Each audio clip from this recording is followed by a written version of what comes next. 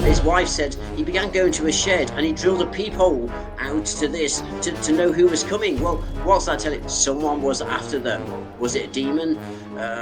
Was it some ET group, or was it MI5 or Marconi themselves? And do you think if you were in a car crash to kill yourself, do you want to burn to death? Sands, a married man aged 37 and recently returned from holiday, had stacked 10 gallons of petrol in the boot of his Maestro car. Petrol, He gas then drove cylinders. it more than 80 miles per hour into a disused roadside cafe near Basingstoke. Colleagues and family say he had been depressed, and police are working on the theory that he deliberately crashed the car. Sands was said to be a brilliant scientist and had just finished a 3-year contract working on top-secret radar systems. And it's astonishing. If you think you bring an alien substance back to a normal electronics company, no matter how advanced they are, imagine this shit, it's alien way out, and they try and then tame it, and it doesn't quite work, and there's a fallout. My theory is the fallout is the deaths that happen in Marconi. If you don't give me these switch off codes, I'm going to nuke Argentina. And this is true, I'm going to nuke Argentina. You're listening to the Paranormal UK Radio Network, and now it's time for the Paranormal Peep Show.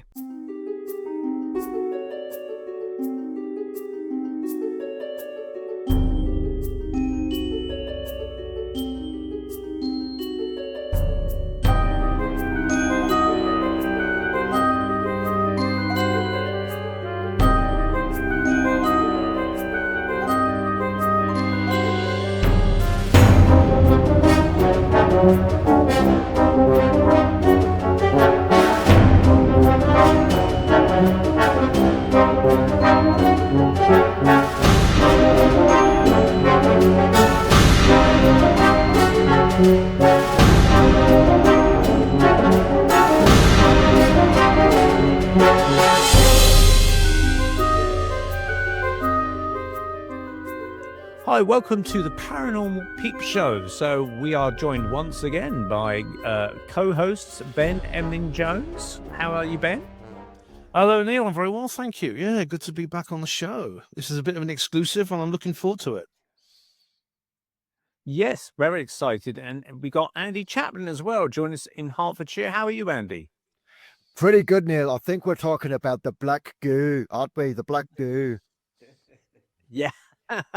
He's doing a very... If our listeners don't know what that's about, they'll need to listen to some of Miles Johnson's it's podcasts on black goo. It's not a program about molasses or cooking or anything like that. It's quite a serious topic, actually. And I do have some weird connections, indirect. Strange one. I mean, the thing is, the Paranormal Peep Show is meant to be about the weird and the wonderful, and this is going properly in a tangent of weird, but it's quite a fascinating topic and quite an interesting topic to get our teeth into, isn't it? Very. Yeah. And absolutely. Presenting this topic is none other than the main researcher in this area himself is David Griffin, sorry. I'm reading it like I did. Ian Griffin, yeah. Sorry, beg your pardon. So, David, welcome very much to the Paranormal Peep Show, and it's good to see you. And how are you? I'm okay, and I know all you. I don't know if I've met you, Neil, but I appreciate the invite onto your show. I've known Ben for like bloody hell 20 years. Me and him have been hobnobbing around conferences for probably 22 years. I met Andy at the last event at the UFO Academy, and he does a fantastic Donald Trump impression. And I said to him at the time, I said, "My God, if any area needs a bit of humour, it's the UK UFO conspiracy scene, because they're a light road of boring effers, honestly." You know what? The only black goo that I'm interested in is oil. Okay, it's a little baby drill. Right? Yeah. Are you gonna? And I'm gonna give you a good job. You're gonna get a good job. I'm gonna give you a job in the black goo. And I'm no good. I'm no good. You're doing a great. Yeah, Steve, you say it's the great job term. You say just right. All right. So yeah, thank you for the invite. And why I think it's interesting is because you're carry on, yeah. I was going to say, is this the black goo? It's nothing to do with Dallas and oil industries? Is it just so people are not going to turn off straight away? We're talking about something a bit more strange than that. But tell us about your beginnings, David. How you got into all of this stuff. Right. Well, I'll just say first, I don't think anyone will turn off on the black goo, because I'll just say this before I sort of give myself a very quick introduction. I don't think anyone will turn off because, astonishingly, I mean, back in 2010, 11, when I met a contactee from New Zealand and worked with Duncan Rose from Nexus Magazine Australia. This whole sort of idea of this black goo term came up, and when I researched it on Google, this term when it came about, which you'll hear about in a minute, it has like 20 returns on Google. Google at that time was just growing and starting to return all these results, and you could get better results on Google. Hate to say it, but it's true. Than most other places. Now you go and have a look, you're up to like 40, 50, 100,000. It's something last time I looked. So the black goo term has become a meme, and it's interesting. My mind is very interested in things like language. I've always been interested. I've done other talks on alien language and how that works, and telepathy and stuff. And so a meme or a meme like black goo seems to have done so well just in the space of 9-10 years that it then moves from 20 results on Google all the way to then like we're now at like 50, whatever it is. You can look it up yourself. So somehow, given that it's an underground theme, fair enough. The black goo was also used in things, the Antarctic, the Blob. There's films like The Blob, which you'll all know, and other things where some sort of goo, intelligent goo, is used. There's been a few films, but not many in the 70s. So, but I think the goo reflects the wider theme of the whole Falklands, Marconi, the deaths that go on, and all the other stuff that happened during the war in the 80s. So it's an interesting area that I think represents the way that people are really interested in this stuff. So even 10 years later, I'm still doing talks and presentations on this, and people are still intrigued by it, really. So my back, do you want to come in? Sorry, Neil, do you want to come in there? Or I was just going to say, just for people who don't know what this is about, David, if you want to kind of go into the basics of your background and then get into what is the black goo, where does it come from, and how does it relate to the Falklands and Marconi? Right. Well, I'm one of those souls that was very strange as a kid. My mum bought age 14. I pestered my mum for a UFO book, and I bought one for this was going back to like the sort of early 80s. And when she bought me this UFO book, which she totally regretted, right? I come from a background of Quakers and Methodists. I mean, but we're talking hardcore Methodists, right? Which means, teetotal, all that sort of stuff. And so this is not the sort of thing you do. So she regretted buying me this book, but it intrigued me. And for some reason it resonated. And the ET contact UFO theme, and again, that's just one thing. What does that mean? That just means that's an area that you're attracted to. It's to do with something a bit different to everyday plodding life, and that was it. And essentially, so after getting this sort of bug, I then went. So I ended up going, left home quite early, age 16. But I went to do a degree. I did a degree in peace studies at Bradford University in the 90s, and this was a course that Mrs. Thatcher tried to shut down. So you can see some themes coming. So I did a degree in peace studies. Again, also had an element of conflict resolution, and I found that the ET area sort of fitted into this, because I always, when I did this course at university, when I was sort of in my late teens, early 20s, I was like, why on earth should we mop up these effers?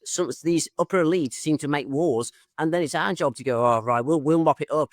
Charities, whoever it is, we pay the funds for these militaries, and it always struck me as outrageous. And the only people I could find, the only texts I could find that were going, your planet is ludicrous and your human species is ludicrous, were if you read some contact accounts where they were saying, you're doing this war, you've got these nuclear bombs and stuff. So it really attracted me. And so I sort of finished that, and then via a few diversions into the rave, the rave scene, the psychedelic rave scene, which was the old acid house scene in the early 90s and stuff, and the DIY party scene. Then I sort of moved on. Then I worked for the Exopolitics thing. So I set up the first UK Exopolitics site, and that did really well. So that's like a guy called Michael Saller, who's gone a bit off kilter to me for a moment. He's gone into some very strange areas. But at the start, 2003, the Exopolitics movement did some really good stuff. There's a place called there's a site called the Exopolitics Journal, which dealt with the very early stuff to do with what happens, and this is crucial. It comes right up to the Marconi stuff. What happens if an ET Federation comes and tries to interact with us because perhaps they want to meet us, in the usual sort of sense, or perhaps is it time now for humans and ETs to, forget what you think about good and bad ETs, what the impact on us and our political systems and our wider systems. So Salah's Exopolitics stuff did some really good stuff on that. So went through this, and the peak, I'll just say this, the peak of, sorry, I need to put my laptop in, right? Dave, just quickly to do with the rave scene, was there was there any connection with that with the UFOs and the exopolitics in terms of, for instance, people doing psychedelics and then opening up to channeling or anything like that?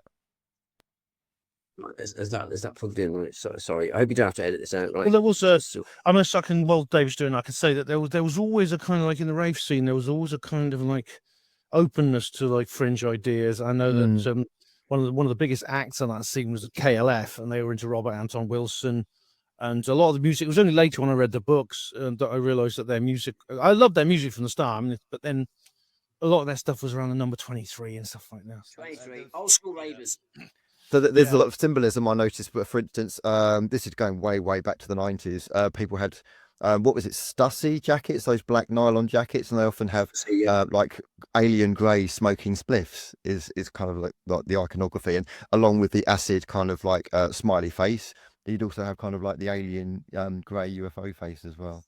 Yeah, see, God bless you, Neil. God bless you, Andy, for mentioning that, because it's interesting that I mean, when I met you at the UFO Academy event, I said, "All right, you're dressed in this sort of cyberdog sort of stuff," and there was a club that linked to the clothing store. I think you said you got this stuff from, but you make a really good point there, because if you experience psychedelics, including DMT, which of course, I mean, we don't want to go off on this sort of stuff here, but the whole idea is, well, some of these psychedelic substances, whether you're at a rave or not, or whether you're doing these substances on your own, then you tend to find this sort of transcendent moment off into these other spaces. And so on DMT, I'll just give a brief summary of this. I took one of the first DMT doses that sort of came into England, and this was from Terence McKenna's brother, right?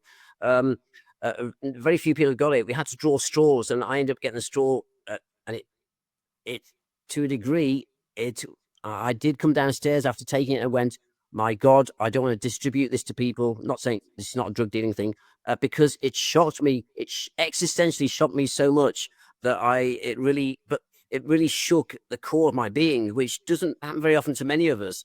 And I think, yeah, psychedelics are designed to do that. But what's interesting with the rave scene is that when you're out there, especially in the outdoor events, you're taking psychedelics, whatever, then you get this called communal feeling, and the whole idea that you're perhaps merging earth and sky, all these hippie cliches and stuff. You know, you might see a few things that make you feel this sort of cosmic way.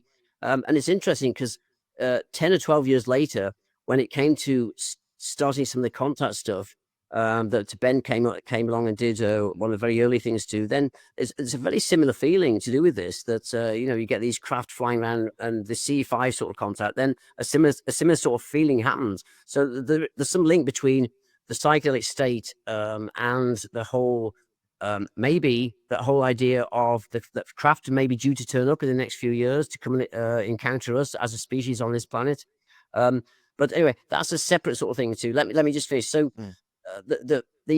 so really after doing sort of the rave stuff and whatever else, then essentially the exopolitics thing, I'll just say one thing: the whole idea that's interesting between what I call the anarchy UFO scene. So we used to have Graham Birdsall, who you'll probably know, who did was it UFO magazine, Ben? Who did Graham Birdsall? What did he do? Was it he did the original conference. I never went to them, unfortunately. I started with Anthony Beckett's conferences, but he used to do these great conferences in Leeds. Yeah, and run the magazine a magazine. I think called UFO or whatever. I can't. God, it's a long time. But a great guy. But they did really well with audiences. But I'll just say this. So the exopolitics came along because it was sort of a way of saying, my God, well.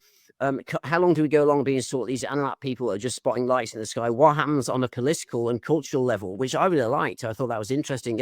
And the peak result of that was, I think, 2010, when we had lots of European exopolitics websites and collectives going. So we went to Spain and we got astonishing audience. I think we beat every audience apart from the recent ones that have been done in, what's that place called? Something in the desert? Oh, Contact in the Desert. Contact in the Desert, yeah. Right. Yeah, I mean, they got a huge audience and stuff, but I think we got like 2,500 people, maybe more, and that was in a hotel in Spain, and that was just this exopolitics, which most people hadn't heard of, theme. So that whole area did really well. But the point was, why did I fall out with that area? And that's because they refused in a weird way, because it was all to do with file release of governments. So who's releasing files, what are they allowing us to see, and all the other stuff to do with governments and military whistleblowers and government whistleblowers, which only take you so far.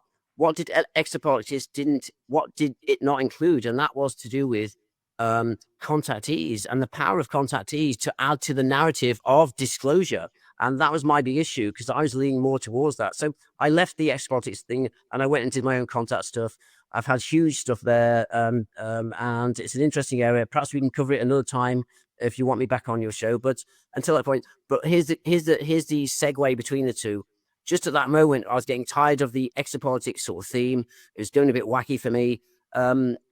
What happened is I ended up, a great friend of mine from Australia sent me a DVD, which was done by a guy, it's called Nexus Magazine from Australia. And it had a guy who talked about the Falklands. His name is Alec Newald. So this was a conference DVD that I got really quite late after it.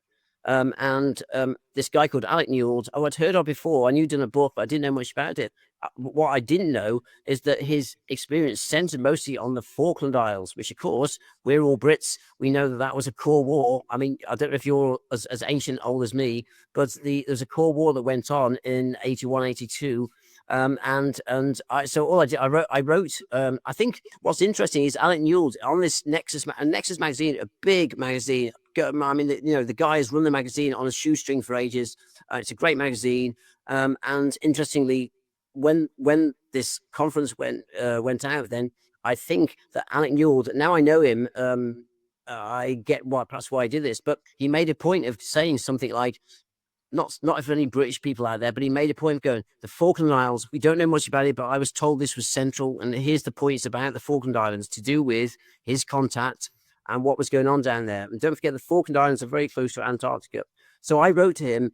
And from then on, this is like 2010, 2011, we then developed a relationship with Duncan from Nexus Magazine, where for like 5, 6, 7 years, we then went on and researched the whole issue between, and this is the crucial bit, these are the points. And I wish I had a bit more the ability to quickly pop up some images and some slides and stuff, because it makes it a bit more clear. But if you've got to imagine, if you're going to understand this area, it's hugely complex, but it also isn't. In a way, it slides together so perfectly.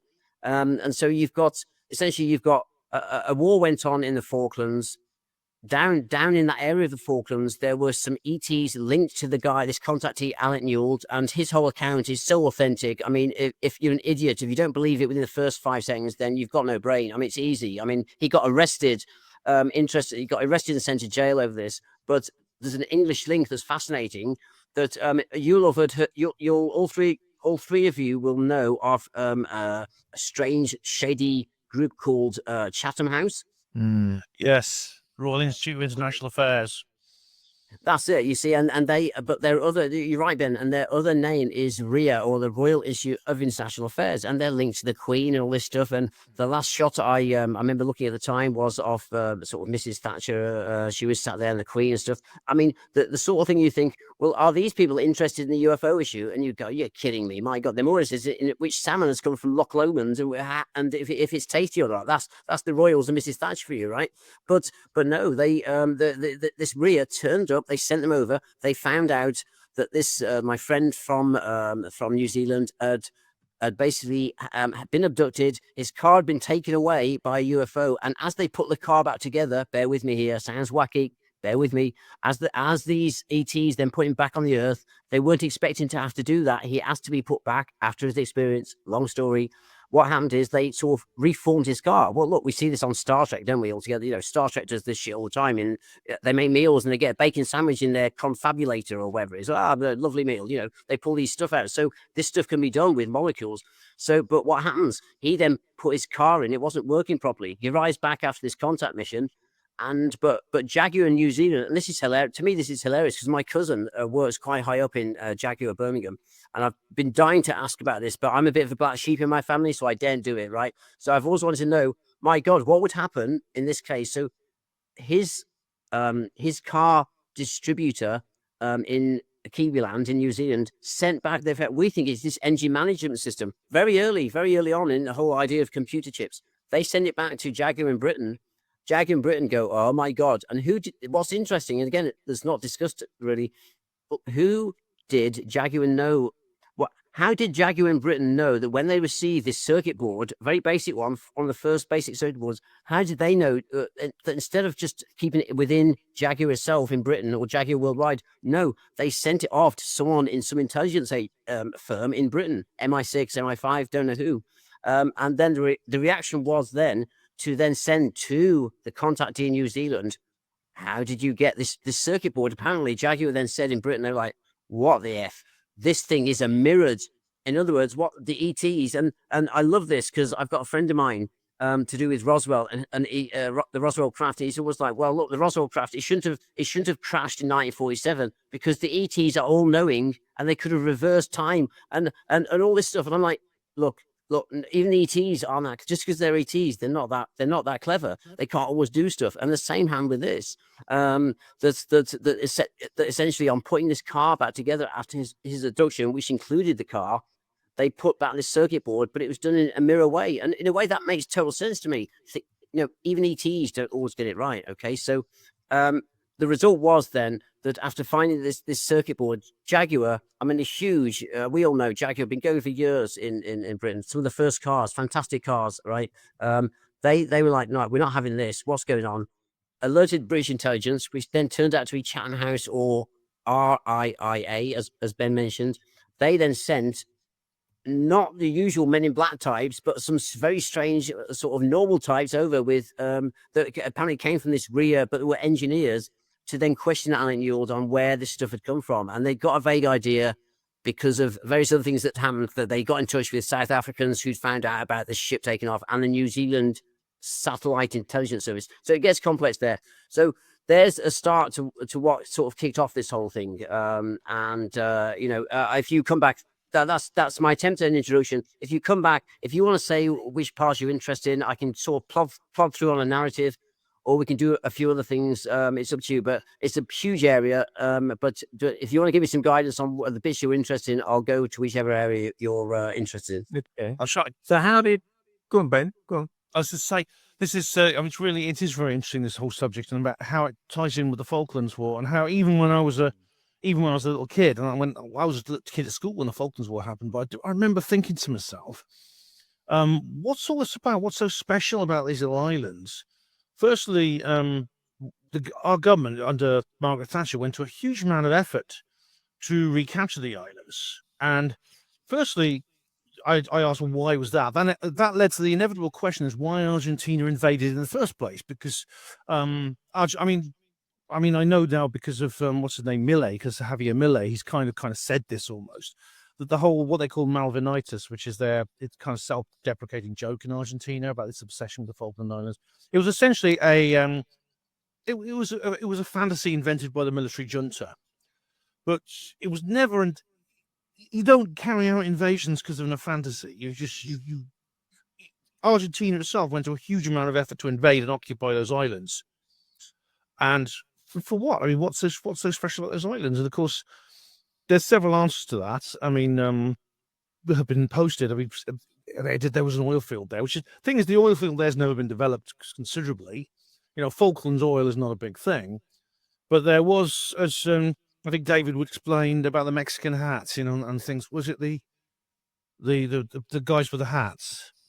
David will probably explain that better than me, but that's kind of where the story goes from there. Yeah. So Ben mentioned this, and what's interesting is, of course, that the British, and this is what makes the whole thing a bit bizarre, but also backs up the point to do with Marconi and this black goo and why they went in. And then we get into, I don't want to overload people on this. Then we get into the whole that I spent many months in a place called Kew Gardens, which is the British Freedom of Information Act library centre, right? So, and stuff like photos of stuff like this came up, and so did reasons about why we were there, sort of.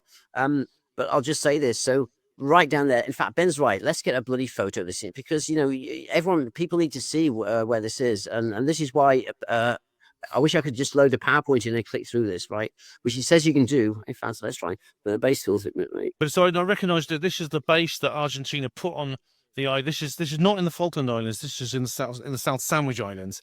Well, Southern Thule.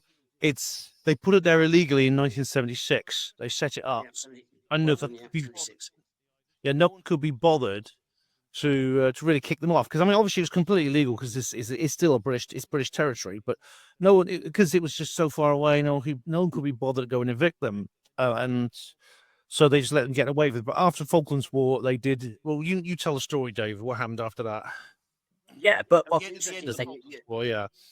Yeah, yeah. So we got again. It's and again, this is my childhood. This is why Alec Newald, who'd experienced all this stuff, and was told when he spent 10 days on this with his alien peer group, where they told him all about this, and they said, well, this Falklands War is going on, but it's all actually a lot is to do with there's a base that's actually producing this sentient nano. This is what I call it. So not black goo, sentient nano substance. We're all in the AI age. So I don't believe in. I mean, black goo's a great term, but come on, we're adults. Let's we can all use a dictionary. We're all on the internet where we see these sort of words coming up. You're not a toffee nosed twat by just using the term sentient. It's like I've had people say to me, it's like, oh, why'd you use that term? It's just like, go and buy a dictionary. It's not hard. Sentient, nano substance. We know this stuff. Don't be an imbecile. And it really pisses me off because, in a way, I think language helps us understand areas. And believe me, the Illuminati, as I call them, as in naughty, the Illuminati, they love using language to cloud and obscure our understanding of things. So we have to make sure that we're prepared and we understand language. So I'm a big advocate for just find out what words do and use words yourself. It's not about big words, but use them. So sentient nanosubstance. And so these allies of Alec, and it's again a longer story, they basically said, so what's interesting, Ben mentions their 76, bang on. Interesting, the British did send a huge, and this is just a giveaway. I mean, so the British sent down, it's called Operation Keyhole in 1976. We sent down, I mean, I could list them, but it was like a frigate, this, I'm not a Navy person. I haven't got any bell bottoms, so I don't know, but I couldn't list all the things that went down there. It's like frigate, this, that. Anyway, but I'm just astonishing because a few Argentinians, they thought they were disguised soldiers. I've spoken to them, and this is the difference again. There's a lot of efforts that have taken my research, and I've gone and said they would. I've even had, I think I've now 3 quote British soldiers, and this is why I'm quite happy to do this interview. I'd like to correct a few things, to be honest. 3 people that then have gone on, including, I had such a row with Miles Johnson over this. He pulled one guy up who claimed he was there, and even a guy on YouTube. I said, mate, no. Yeah, I mean, Ben, you probably, I only counted him a few years ago, but I'm not a Navy man. I don't know about naval movements and all this stuff that was going on. What was interesting is I knew from his language, I was like, you weren't there. I know, because I've heard first-hand accounts of people that were there and other stuff to do with. Anyway, and what's interesting is then for the same guy, and again, this is one of 3 people have claimed to be there. And you've got to say, we're all paranoid sort of conspiracy people. I'm not always leaning towards that way, but it's interesting how many of these are agents and how many are just deluded people that want a bit of attention. Well, I think this guy was that Miles put on. I let Miles know it, and Miles didn't speak for like 2 years. Because I said, Miles, this guy's a fucking doofus. He's making it up. What's interesting is that years after, then I had this row with Miles over this guy, a member of the British, was it in the Marines? But he was also someone that could work out shipping movements from geolocation, not that. What's the word? But latitude and longitude of ships' logs, right? And he came on under my comments. Well, I was very polite. I just said, mate, don't believe a word of it. I've heard this and that. I don't believe you were there. And this guy, he goes, actually, the ship he claims to be on wasn't anywhere near the Falklands for this. So this area has found a lot of fakers and other people, but in a way, it's like you've got to ask, well, why again? What is that? Why is it that people are attracted to actually lying about this area? But so 76 Keyhole went up, but they didn't then take on this base. So the British, so the Argentinian, and if you look at this image here, and again, I'll send near some far better. I mean, I've got far better images. This is not a 2-bit, as the Americans say, put together base. This is a base that's a proper, what they call Arctic or Antarctic hardened base. It's off the ground. It's high tech. And I think it holds about 32 people at one point. But again, going back to the guy who went to Miles and the base and stuff, the difference is that I spent time contacting, and I found the son of one of the guy who's actually a weatherman on this base, but a proper Argentinian guy. And he was there when the British came in and flew helicopters over. So I've got first-hand information on this stuff. And you've got to ask yourself, why did the British, as soon as they set up this base, they sent this Operation Keyhole? This is all stuff you can find in the Freedom of Information stuff, Operation Keyhole. But the key point here, and then I'll finish on Thule for a bit. The key point here is, what did I find when I tackled this whole idea with this alien, again, sentient nano or black goo, i.e. an alien technology, which they told that Alec Newald they'd been de-engineering, that's a crucial term, since the First World War era. So they'd found a stash of a very high-tech nano substance in this area of Southern Thule, and these ETs that were linked to Alec Newald had been panically trying to de-engineer, and that's crucial because there's a danger, as we know from nanotech. It's something that if it spawns, respawns, accelerates, then it can cause chaos. You have to control this stuff. You have to know what you're doing, because essentially it's quantum molecular stuff that can cause huge problems. So it's right. Do you want to come in there, Ben, and say something? Yeah, well, because I can add something to that later, David, because it's something happened in another part of the world related to that. But I could just add about Operation Keyhole. That as you can see here, this is a fully fledged, proper, polar base, and indeed, the Argentina had this presence here. It was like scientific research of some kind, but it's obviously something like this is not. Firstly, it's cost a lot of money and a lot of effort to set this up and to maintain it, because there's no vegetation there. You can't grow food. There's no. You could never set up a farm here. Good point. It is an Antarctic climate. It's freezing cold all the year round. It's just penguins there, and so it was a bit of a miserable place. I wouldn't go there on holiday, really. But what happened was there was no real effort to actually remove them. It's just because it was so far away and remote. Like I say, eviction seemed to be a bit of superfluous. No one really bothered.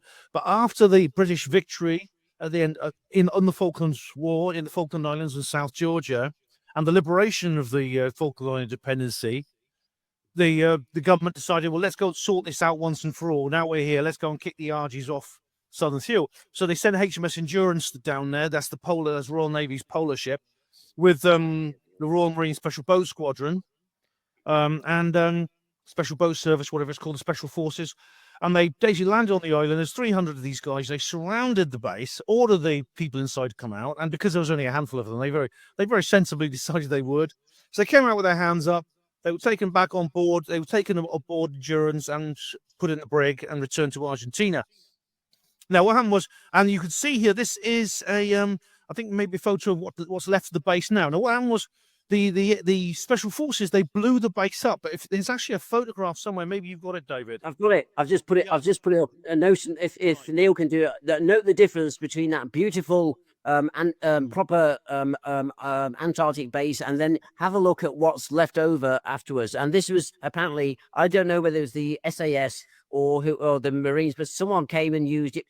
At the start, we thought it was a mini nuke, but we were all lost in like 9/11 type bullshit, right? So it wasn't a mini nuke. They used cutting charges or what's welding? Welding, when you cut thermite. Well, yeah, or what you do, I don't know. Anyway, what you do with to chop things off fast, maybe thermite. Anyway, so Neil, there's what? Have you put it up now? I can't tell. I can see there's a go for the remains of the base now.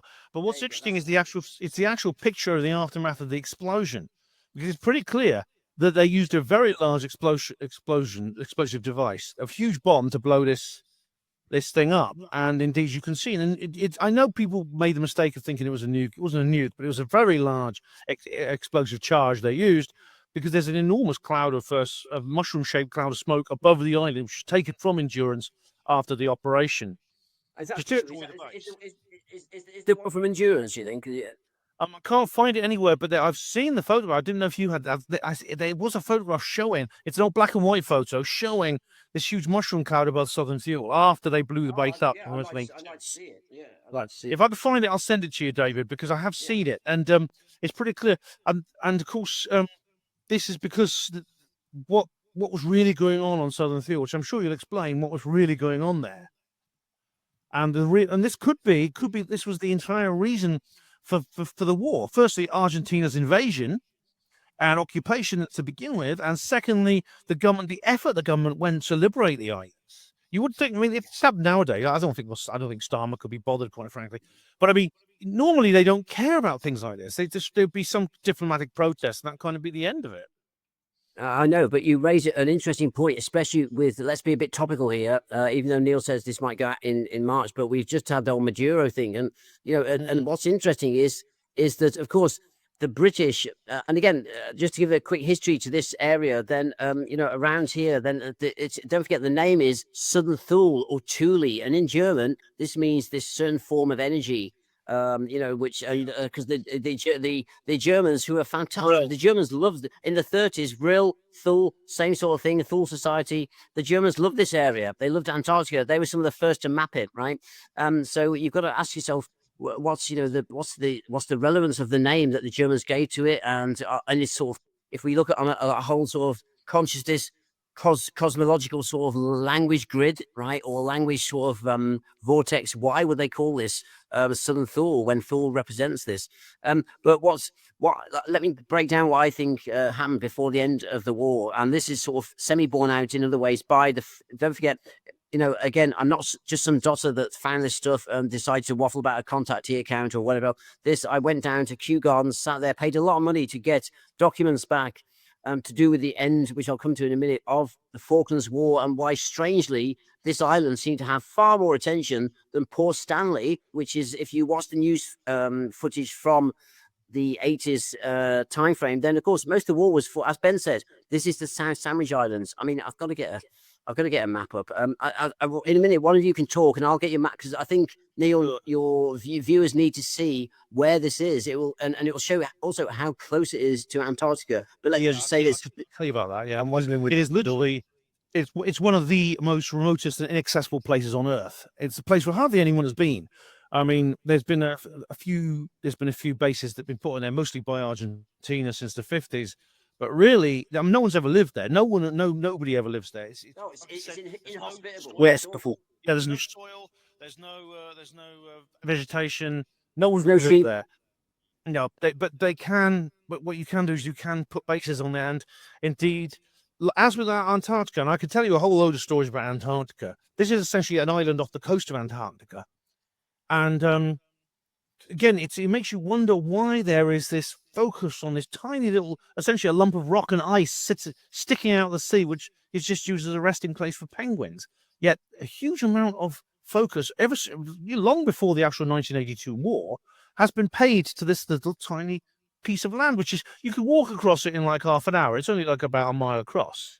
It's very small. And it's part of this South Sandwich Island chain, which is, again, it's an uninhabited, a little crescent-shaped row of rocks sticking out of the sea, basically. And ice, well, it's ice most of the year round. I think it's frozen over the sea quite a lot of the time. So, yeah, that's the iceberg. Kind of original Nazi connection with this, but oh, don't get me started on that. But David is right. The Nazis did have in fact, I'm not going to tell the story about the guy I met who said he knew all about this, but the Nazis had a very interesting fixation on Antarctica, and indeed, we go into, there's Operation High Jump and the British expedition that took place afterwards. I'm not going to go into details about that now because we'd be here for 2 hours. But you mentioned Nexus magazine, David, and Marcus Allen is a good friend of the show, and we know him very well. Great guy, and a great moon enthusiast who knows his stuff. Yeah, we've done the Apollo detectives with him, and he's great. Yeah, but Nexus did cover this in detail. There's a Falklands map. Do you want me to add that in, David?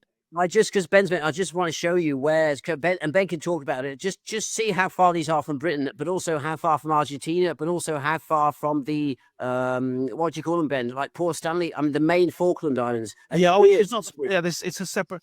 The Falkland Independency, it basically includes just the Falkland Islands and surrounding waters. But there's South Georgia, and then there's the island of South Georgia, and then if you sort of go southeast from that. After about 300 miles, you come across a cluster of islands, which is basically you're into Antarctica now. It's in the Southern Ocean, and you've literally reached the point where you're almost in the Antarctic waters. And no one should. sorry, I was going to say, what a dodgy colonial sort of claim that. So way past Port Stanley, then they're like, oh, we're having these too, And I'm a big. I think we did great stuff with colonialism. We did lots of good laws, education around the world, all sorts of stuff. So I think we did great stuff. But I mean, this is a bit tenuous, isn't it? Look at these tiny islands. I mean, the Germans named Southern Thule, and then the British, in the usual way, like, wow, look at us, look at our navy battleships, we're steaming on in. We'll have those right down. We'll call them the Falkland Islands, linked to the Falkland Islands, but they're not really. They're miles away. So I don't know if Neil, can you make that any bigger, or am I doing things wrong in the studio? No, that's the biggest thing you can do, but I can probably edit and zoom in on that. All right. Yeah. I find it very interesting that the Nazis chose to they give the island this name because Thule Island, as you said, Thule is connected to the Thule Society of real energy and the Nazi occult beliefs.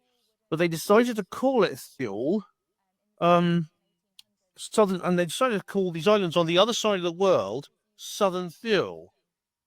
Yeah, Thule in the North Atlantic. Yes, there is a Thule Island and there's a Thule Society. This indicates that there was a lot of very, very, they thought they must have considered these islands very important. To call it Southern Thule, the Nazis must have considered it a very important island. And there's two islands in this. There's Thule Island and Cook Island, but they're basically, and there's Bellingshausen Island as well. But basically, it's called Southern Thule, this little trio of islands at the end of the South Sandwich Archipelago. Yeah, and Ben, I'll just thank you for that. I'll just say this, then Andy or Neil can come in, but I'll just say this, and also this is what made it ludicrous to me as a 10-year-old in 1981. The war started. I mean, I've got other images here of the Sun newspaper, which you might have seen, or Ben see, where it says, "Gotcha." We had this thing the first when we sank. I mean, just a very sick sort of headline, because lots of Argentinian people died on this Belgrano battleship.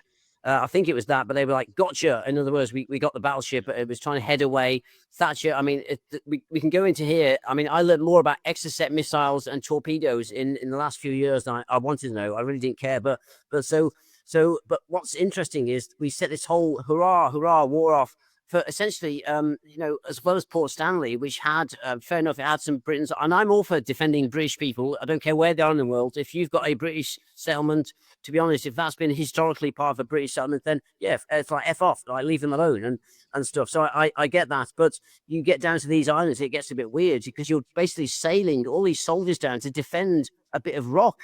But it's not about the bit of rock. It's about what was going on that made, especially if you take the Freedom of Information documents that I can show you in a minute, that end up going, they end up saying, well, my God, right, so the war finished in Port Stanley and all the headline news in in Britain, the whole wind down happens. And then I noticed, I was like, hang on, look at the dates, the war, the final bits of the agreement of the war. And it was a bit like World War II.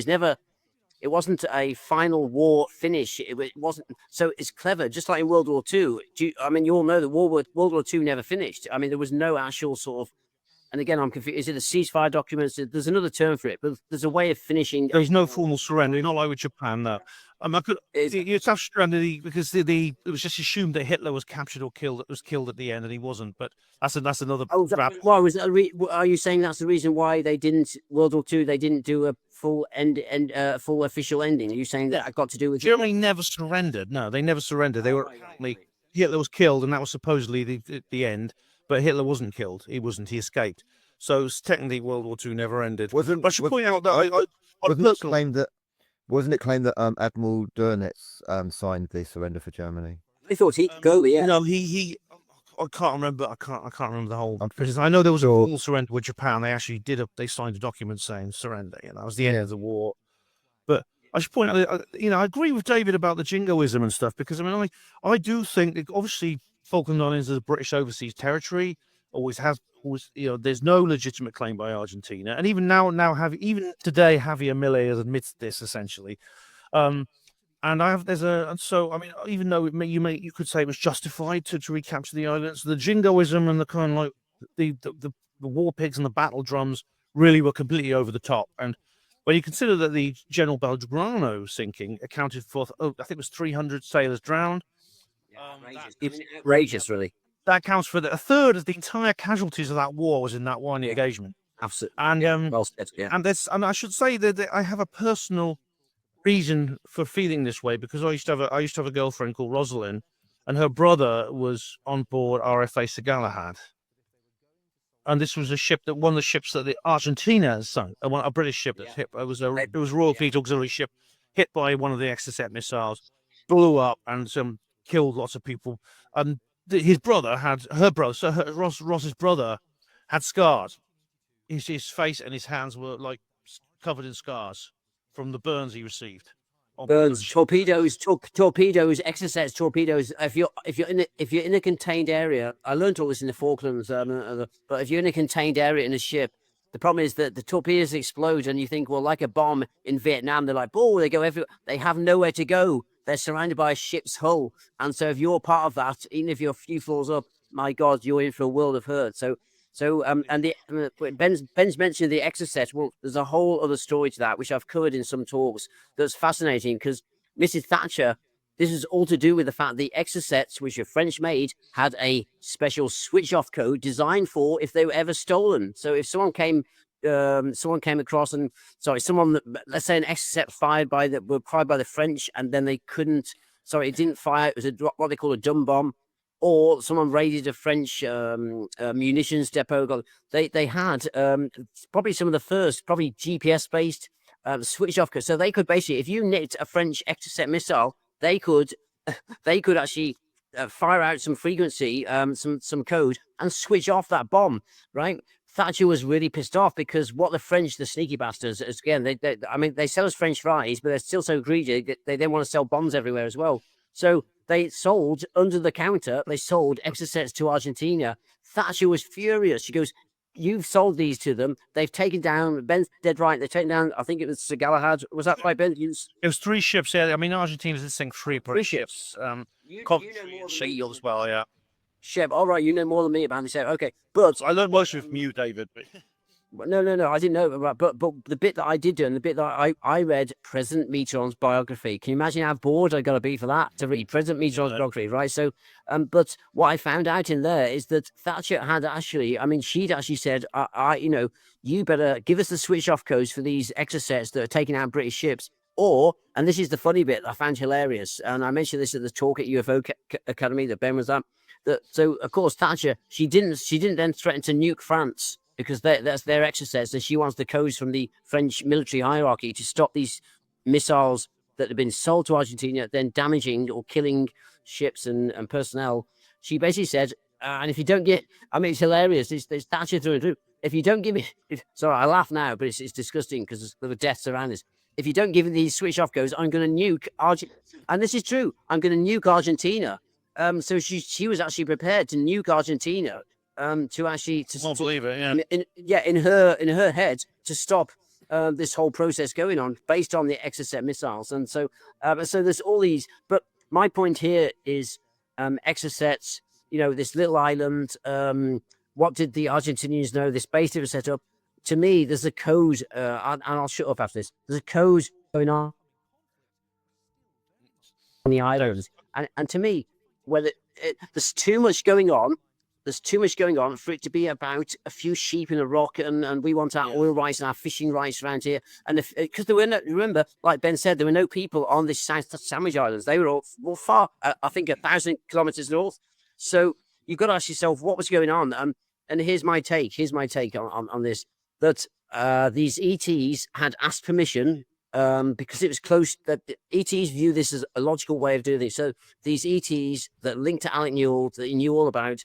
They basically have been working on trying to stop this far more damaging than an Exocet, this nano solution that's around that we then see happening perhaps in the, Ben can talk on the Gulf oil spill with BP. But there's many, and do you know, at this time I didn't even buy that. Then someone sent me only a couple of months ago that but in parts of Louisiana out on the coast, people have their holes in their engines eaten into by this black goo stuff, right? And the whole response with a substance called Corexis, when this thing, the idea was a leak of this stuff that was in the Falklands that hammed around this BP oil spill because they were drilling perhaps for that. Accidentally, they got this black goo, or they're after the black goo. Again, if you go back and look at my talks, it makes a bit more sense. But here's my take.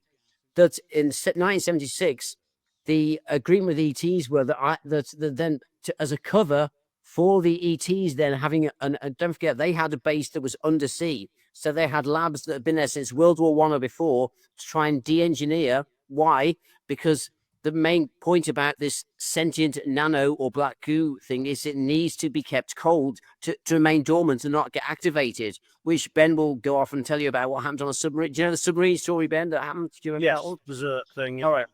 Yeah, so let's leave it. Let's leave it for a minute. But so my take is later.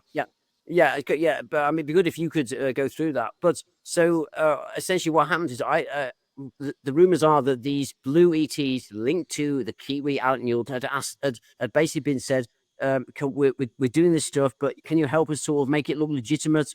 So they asked permission, which if you go into contact literature, ETs they don't tend to do a lot of dodgy. They will liaise with governments and power structures if it suits their narrative, it suits their way forward. And I think they'd asked the Argentine government, and hence they sent out and set up a weather station to cover up the fact that these ETs were probably flying in saucers, probably invisible to the human eye, to carry on de-engineering and trying to save our lives on this earth, because this stuff is dodges F if it gets going. And I think the problem is the British who'd ruled the waves, always thought that they were top dog. And got information. And another interesting way is how America stayed out of this. It's fascinating. I've done a whole article on how the Americans stayed out of this thing and let the British do it for the first time. Let the British do their own thing. So I think that these ETs said, we've got a base. We're trying to help you and de-engineer this very dodgy substance. So they put up this weather thing that you've just seen up. The British were like, we're having some of that. We want it, because what you find out later, which I don't know if we're even going to get into in this interview, what you find out later is what happened at Marconi, where the British get this stuff, take it back, and as they try to interface with it using radio waves and quotes I've got from a person that worked there, all sorts of stuff, then it gets very crazy. And the British weren't prepared for it. But you've got this whole thing to do with Britain and Argentina. So in the tabloid newspapers in the 80s, we saw as a playoff, oh my God, it's to do with fishing rights, or it's to do with, how dare they come and just take our bit of rock land. Ludicrous, right? Wars have been fought over for stupid things, but not this stupid. You don't fight a whole war over a lump of rock around. There's something else going on. And I think that was it. And then it expands out when the British, as Ben said, they send in special forces, commandos, whoever. They raid this base and they get hold of this sentient nanosubstance, because what happens is the ETs leave and they go somewhere else, which I'll tell you about. That's a whole another thing. But then it goes back to Marconi, England, and all hell breaks loose. And then we enter another phase of this whole saga. I'll leave it there. I mean, someone else could come in for a bit. So let's to kind of like clarify, where did the black goo? Where's the current thinking? Where did the black goo come from? Is it only in this one spot in the Falklands? Why the Falklands, and who discovered it? Okay, good, really, really good question, and I think that's the question that I wish more people would ask that, and the answer is, and like much in the UFO field, and of course many of us in this area get panned for going, well, I mean, I've got my own contact stuff going on, but when I say, well, I don't know who's in these ships, I've got footage of all this stuff, and people get annoyed, and it's the same with this area. It's just like, well, to an extent, well, what we got to go on, we've got Alec Newald who genetically, and again, bear with me, it was part of this group, right? And had been put down on the planet probably to deal with this sort of area, but also much more after that, which I can go into, to do with a guy called Bruce Cathy, who's a frequency expert to do with nuclear bombs and are nukes real, all this other stuff. So Alec had this role to do, but most of it was to do with this group that were related to him and regards Southern Thule. And what they said, so what these ETs said, they said is, and again, this planet is, human history is probably 100,000 years old, maybe 200,000, right? That's sort of us sentient beings walking around, making campfires and making civilizations, right? But go back, we all know. I mean, they found gold watches buried and intricate circuit boards and weird things found in coal fields, and so we know that many things have gone on before this. Their rationale was that what happens is an ET, a malevolent, and again, I don't know him, ET group came to try and take over the Earth, and again, look at 10,000 AD with the Ice Ages. Lots of shit went down there. There were lots of battles for stuff that were going on. If you look into this whole history, so what it seems that an ET group came to try and dominate the Earth and take it over, didn't quite manage it, and got kicked off. I mean, and again, look into all the Vedic records and stuff. There's all these battles going on with ships and stuff. They didn't quite manage it. They got told to piss off. But these crafty ET buggers, what do? They're like, right, you've beaten us this time. And this is classic Star Wars stuff, right?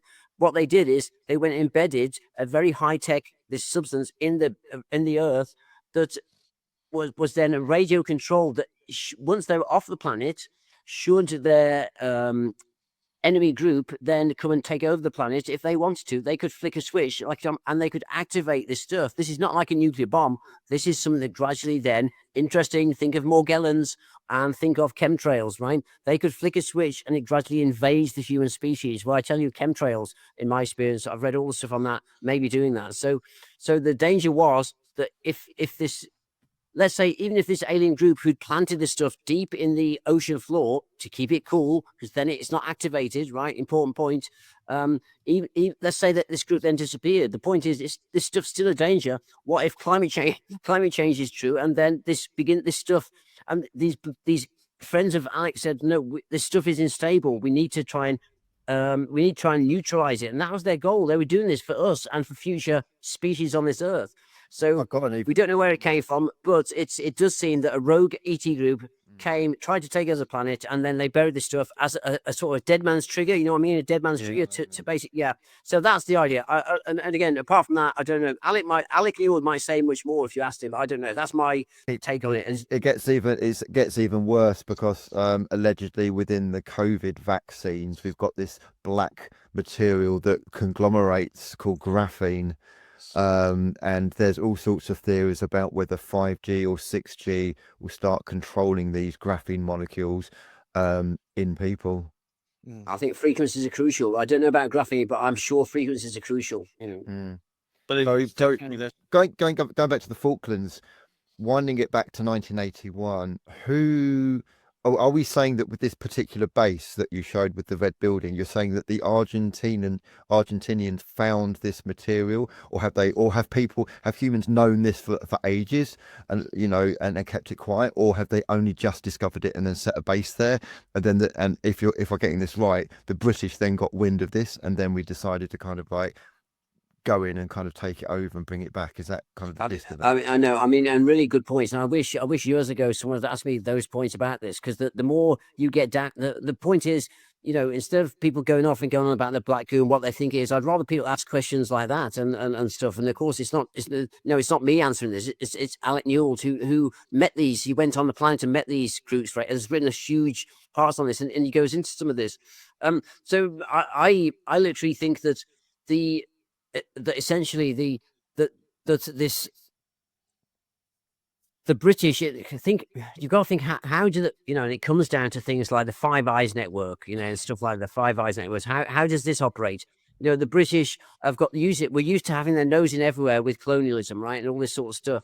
But in a way, because of and I don't knock the British for colonialism, and I don't even knock them for some of their wars. But Argentina, in a way, the ETs sided with them, and so I think that in a way they were like, look, they told more truth to them about what they were doing, and they go, look, because if a group of ETs approached the whoever was in government at the time in let's say the 1976, the Ben mentioned Operation Keyhole, if they'd mentioned that. And says, well, look, we're here. We're de-engineering us. It's really dangerous to your population, your Earth population. We've got to try and de-engineer this stuff, because otherwise it could, in the way that nanotech does, go and do some research. Nanotech, if it's not controlled, if it's given the wrong frequency or stimulus, rolls out and amplifies itself and affects it is. I mean, this is X-Files territory.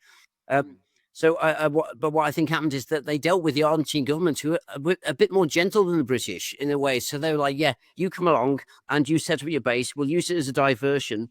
And maybe then, perhaps if you get anything, when you shut this substance down, maybe perhaps this amazing substance that you've shut down, because all we know this, all sci-fi, right? Sci-fi is actually political truth. And so if you find that something's useful from this substance, anything that's dangerous and is a threat also probably has benefits, as we find with the black goo.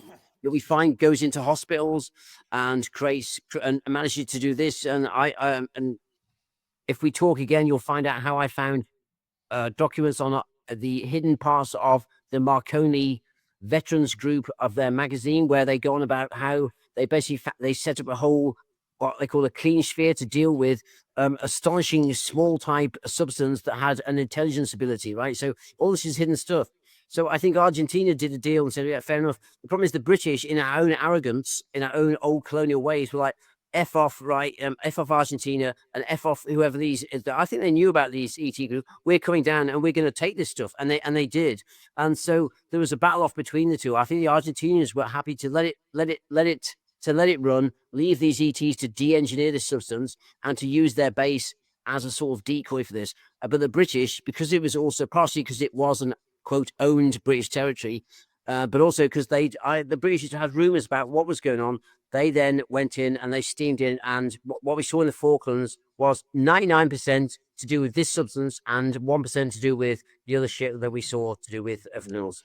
But the way I see it, the scenario as I see it, is that obviously sometime in the early 20th century, people discovered there was a sentient oil deposit on Southern Thule, probably the Nazis.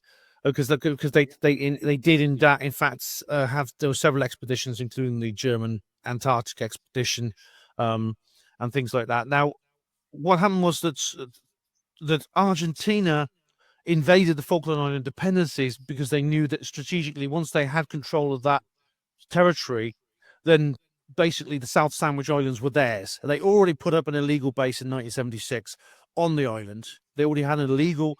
They basically squatting on the island from 1976 onwards because of that deposit that was there. Because there was a cave. It wasn't. I don't think it was an artificial mine. I think it was some kind of cave, if I remember rightly.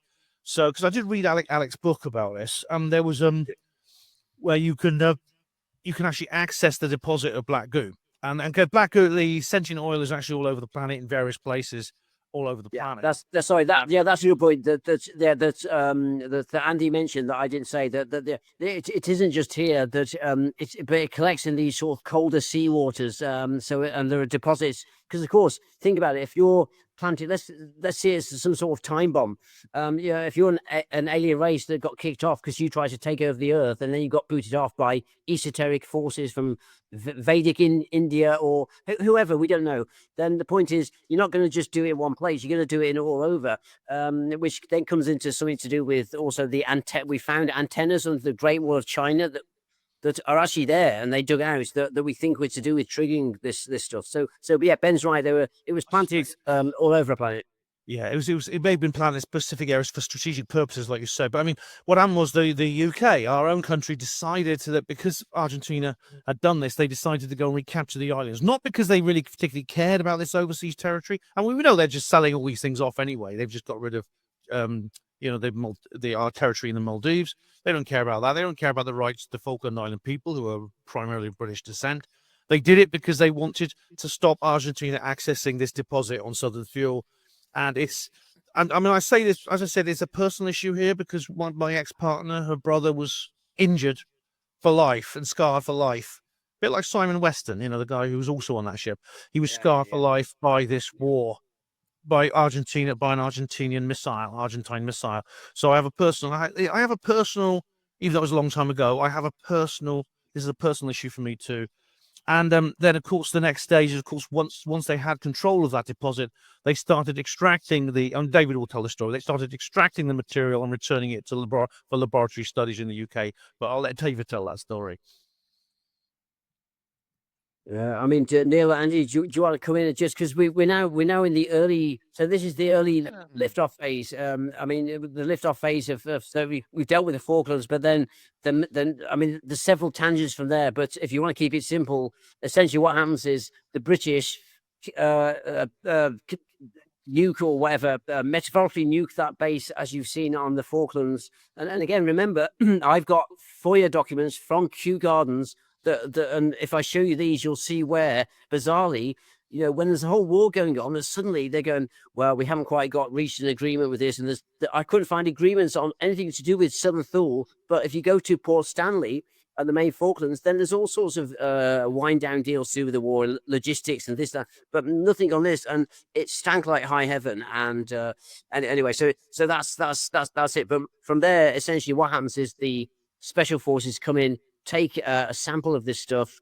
And they take it back, and they're like, "Who can we give it to in Britain?" And again, interesting. America, that these fuckers normally take over everything. No, this time, what happens is it goes back, and they go to the one company in that era that's still fairly big.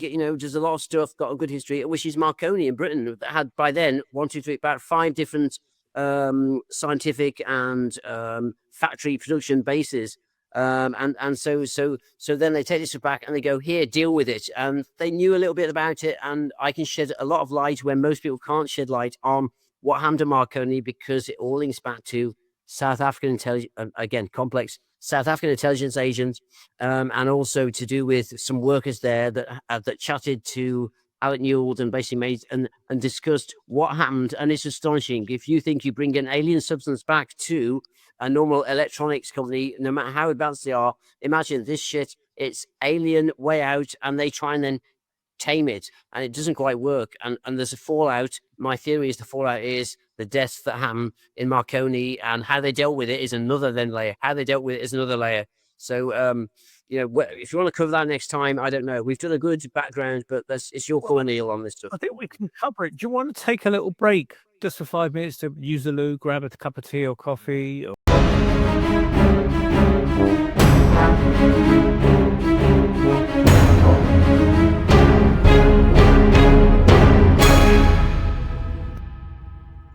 Hi, welcome back to the Paranormal Peep Show. This is David Griffin. We're talking to David Griffin about the Marconi and the Black Goo and the Falkland Islands. Just to recap, what is the Falkland Islands and why is it important?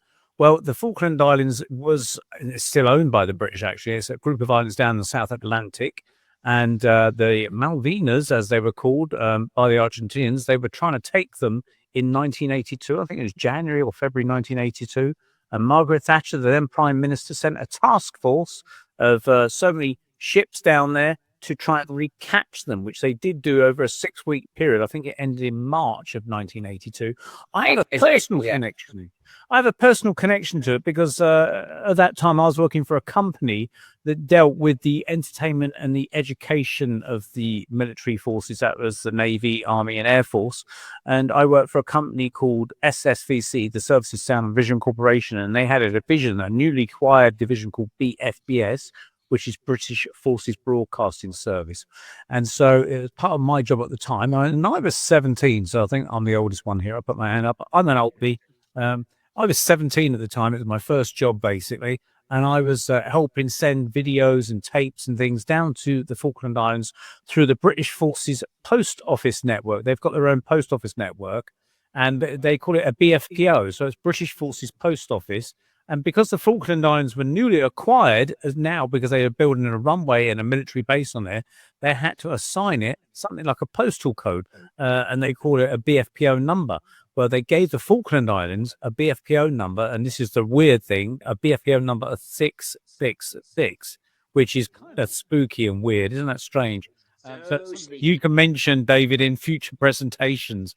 And another connection I've got with that is that my own father, who's now passed on, he died back in 2022.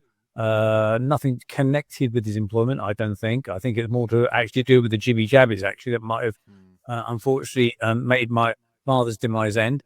But he worked as a technical illustrator for Marconi. First of all, he worked for Marconi Underwater Systems, and then later on he was transferred to Marconi Defense Systems, and that was at Croxley Green. And I remember going there for a walk around. They had an open day for all the relatives and friends of the employees, and you could go around and walk around their whole place, and they showed you like a wall. What year was Neil? What year was it? It would have been about 1987, 88, something like that. That I went round there with him. He previously worked for Martin Baker Aircraft Company, who made ejection seats and things like that. They were based in Dedham in Bucks. But because of his skills were transferable to other defense companies. And it was just prior to things coming onto the CAD system, computer-aided design. He was still doing the technical drawing for all these sorts of things with a pencil and a pen and a drawer, isn't it? I mean, you had to be good. You had to be good to use a pencil in that era before computers. My God. Yeah, he was a technically trained artist, and I do artwork myself and things like that. But I wouldn't claim to be as good as he was in that sort of sense. So that's my personal connection. So now this is where it hots up a little bit, isn't it, David? Because we got this connection where the mysterious sentient black goo that was discovered in the Falkland Islands, which was trying to be being switched off, if you like, by these blue alien creatures that have now departed the planet. The British have got involved. The cover story is the Falklands War with Argentina, but they're actually there for another reason, which is to try and take some of this black goo that's sort of secreted somewhere deep under the earth in the South Atlantic near the Falkland Islands, and the British are now taking this stuff back to Britain. So I'll hand it over to you.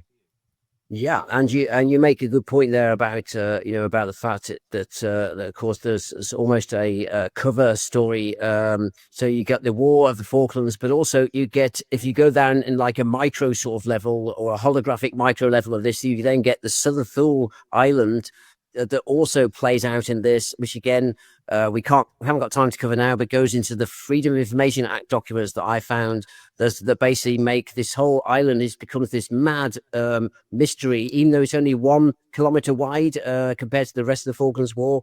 So all this sort of stuff went on, and it's interesting with your background, Neil, and your relatives. I mean, some of that's fascinating, because it's very hard to find relatives of people that were linked to these Marconi deaths that we can go on to discuss perhaps next time. It's hard to find people that will talk about this. And do you know why? Because essentially what happened then from this Falklands War is this strange alien sentient nano or black goo substance went back to England, to Marconi, who were the highest tech radio. I mean, you just mentioned it with your relative. They covered underwater torpedo intelligence. They were doing satellite and computing, and that's a key one, because if we go on to do a second session of this, you'll find out about a guy called Victor Moore, who is the guy we have all the quotes from inside Marconi, where no one else has this. We, myself and Alec Newald, we have this where he talks about what happened when they brought this stuff back.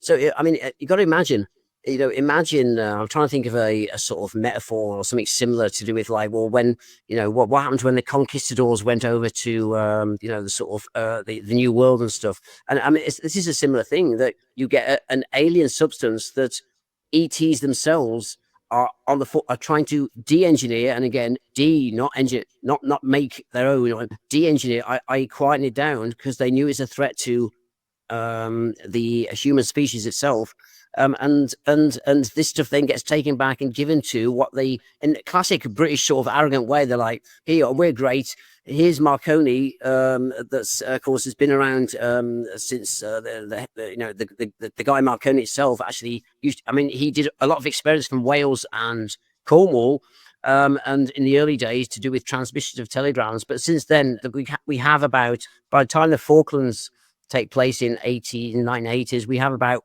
4 or 5 different offices and factories and high-tech labs dealing with certain things to do with Marconi, which is mostly defense-based, radio-based.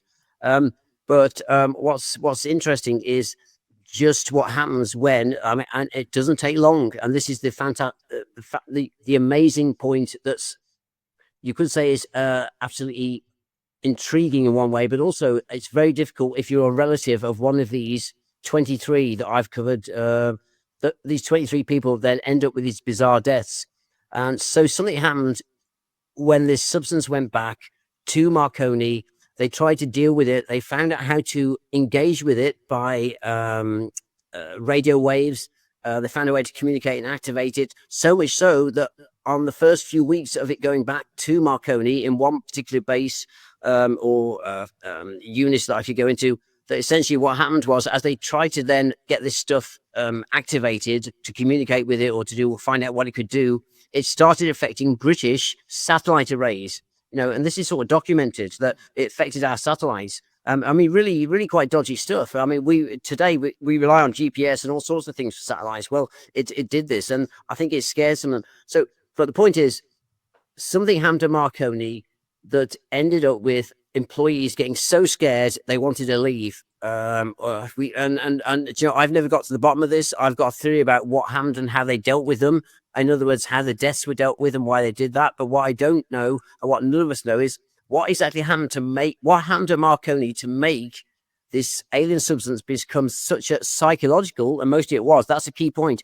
This wasn't a physical threat in a way. Something happened to the minds of these men that were involved in Marconi, that as they dealt with this substance, something occurred that made them then want to leave. I mean, if you're a bore on this like me, if you go into some of their, I mean, I've even looked up things like the death inquest of some of these people, and their relatives going, one day they were normal. In fact, here we go, David Icke, right? Let's bring this back to the UK, right?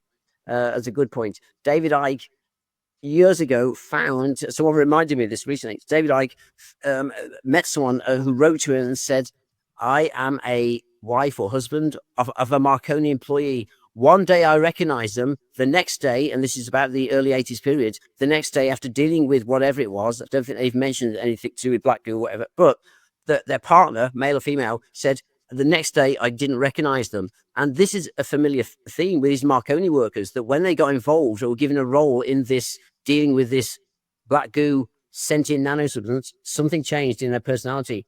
What seems to have happened then is the British state, the British MI5, MI6 intelligence agents came in to try and shut down this stuff and go, right, don't you dare spread this stuff anywhere, you know, or it might even be, and this is, God, I mean, I don't want to go along with Project Camelot and Kerry, but her claim is that this goo was injected into these workers, and they went a little bit strange. I don't buy that, but the point is, something happens, and what happened then? You've got the most bizarre series of deaths that you could ever find. 23 people doing all sorts of stuff, and one of those, I mean, Neil, do you want to play this just to give us a bit of context? I've posted something, and this is David Sands, who's one guy, and this is one of the milder ones. So imagine all these people then wanted to leave, and they were told they couldn't leave, and weird things happened. So this footage, which is really rare, that I found from a friend of David Sands that I spoke to a few years ago. So see what he did to his. Do you think if you want a car crash to kill yourself, do you want to burn to death? Sands, a married man aged 37 and recently returned from holiday, had stacked 10 gallons of petrol in the boot of his Maestro car. He slurred this more than 80 miles per hour into a disused roadside cafe near Basingstoke. Colleagues and family say he had been depressed, and police are working on the theory that he deliberately crashed the car. Sands was said to be a brilliant scientist and had just finished a 3-year contract working on top-secret radar systems. It's the latest incident involving scientists working for the Marconi Group. Last year, Vimal Dajibai from Kenton and Ashad Sharif from East London were found dead near Bristol. Families say they don't believe it was suicide. Then in January, Avtar Singh Gida disappeared near Loughborough University, where he was working on a similar defence project. The basic elements of what we know do add up, I agree, to very much like the plot of a television thriller. That surely entitles the public to know what is going on and what has happened to these people. An official inquiry will now be launched by the Marconi Group into the latest death. I think that's, right, yeah, but what I mean, fascinating. And I've got another longer clip of also other instances, and it goes through the partner of one of these people that essentially, I mean, middle class guy, top computing guy, but he began to, for a few weeks, his wife said he began going to a shed and he drilled a peephole out to know who was coming. Well, whilst I tell it, someone was after them. Was it a demon? Was it some ET group, or was it MI5 or Marconi themselves? And by the time you've read as many inquest, I mean, really depressing inquest. I've read so many inquest things to do with Marconi, people that have died, and that's where they would do a inquest, because the one book that's been written on this, apart from mine, that hopefully is out in March, right? The one book that's been written is called Open Verdict, and why is it called Open Verdict? Because that's what happened whenever they tried to review these deaths, these bizarre deaths. I mean, chucking yourself off a bridge. Another one, an Asian guy that was obviously a top computer programmer working on this. He wound down his window, tied a rope around his neck in a noose, tied the other end to a tree, pressed the accelerator on his car, and pulled his own head off. This is not made up. This is just what happened. This is all documented. But when you read this, it gets depressing, and it's very difficult for the families of these people, because it all came back with a coroner open verdict. In other words, we've no effing clue what went on. So we come to a fascinating area about one of my big things about the whole alien ET sort of thing is that it's novelty, but also it brings around high strangeness. It's that classic Charles Ford sort of high strangeness theme. Well, my God, what happened to Marconi? Highly strange. You don't tie a rope around your head, press the accelerator on your Ford Granada in 1985, and pull your head off. I mean, you don't want to die like that. You don't want to also die by. It's almost demonic. Yeah, Absolutely, and there is a story to that. The paramedic team that had to attend that one. That was us. Absolutely. Yeah, especially you, Ben, as a hospital porter, you know about this, right? Yeah. I mean, I've seen some horrible things in my time. That's one thing we've never had. I mean, why such a bizarre and such a gruesome suicide? It's Exactly. to me, it sounds like. I mean, it's almost like I don't believe it was a suicide. I think it's too coincidental. But the very fact they choose such. I mean, the guy who literally packed his car full of petrol and drove at that's roadside cafe. I mean, if we were to speculate as to, okay, let's say it's not suicide, let's say it's some kind of black ops dark mission to get rid of these people. Why are they getting rid of these people? What would be the reason? Well, look, I've got my and Ben. If Ben didn't fall asleep in the UFO Academy, he'll have seen. Well, my thing is they were both demonstrating a lesson to the other employees, which you find in other areas. I mean 9/11 maybe and other things that let's take Maduro at the moment. I mean, there's a message like, we can come and effing take you anywhere from any government anywhere. So if you take our drugs profits, and I guarantee you that's what's going on. Forget all this oil. The Venezuela was a cocaine shipping outlet. It wasn't a make. But the point is, the Americans are going. They did this with. I mean. Neil says not, but you might be younger than me. But General Noriega, right, was in Panama. He started taking money off the Bushes. You don't do that to George Bush Sr. or Jr. You don't. So they then went and got him, right? And the same with this. And I think it's the same with the Marconi. They're basically going, well, if you're going to sort of, even if it wasn't these people's fault, let's say this alien goo went into their heads or it gave them a view on the world, just like happened after Roswell, when a lot of Catholic people. I mean, come on, Ben. Or who's the guy that threw himself thrown out of a window? Oh, that was Frank Forrestal, Jack Forrestal. Yeah. Was it Jack? I get confused between you, but with something like that, there, it's just like. Yeah, he was Catholic and he found out about this stuff. He's like, oh my God, aliens and stuff, I've been told. And I think that's what happens. But whether he got thrown or jumped, it doesn't matter. But it's the same with this stuff. These very normal, and they were normal people. These scientists found out that there is an ET, AI, an aspect to all this stuff to do with Marconi, and they couldn't take it. But what then happened on top of their bizarre, confused paranoia to do with this ET black goo elements, then in comes MI5, MI6, whoever, and they use, and this is where we go after this, I think they use a certain technology to then ensure that they do very bizarre deaths on purpose. They could have just come, Andy's just mentioned, they could have just come and probably shot them in the head. They made them do weird things, but why? Either some occult thing, or as a warning to other employees in the Marconi intelligence out, don't you dare come out and try and make an issue of this thing. And I don't know why. Or there's some demonic.